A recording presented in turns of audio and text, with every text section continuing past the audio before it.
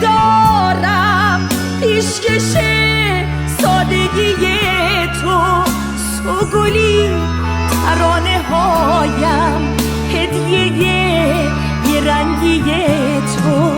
فکر من مباش مسافر، به سپیده ها بیاندیش، چشم فرداها به راه سختی مانده در پیش. ای تولد دوباره، فصل آغاز من و تو، ای رها از رخوت تن، وقت پر کشیدن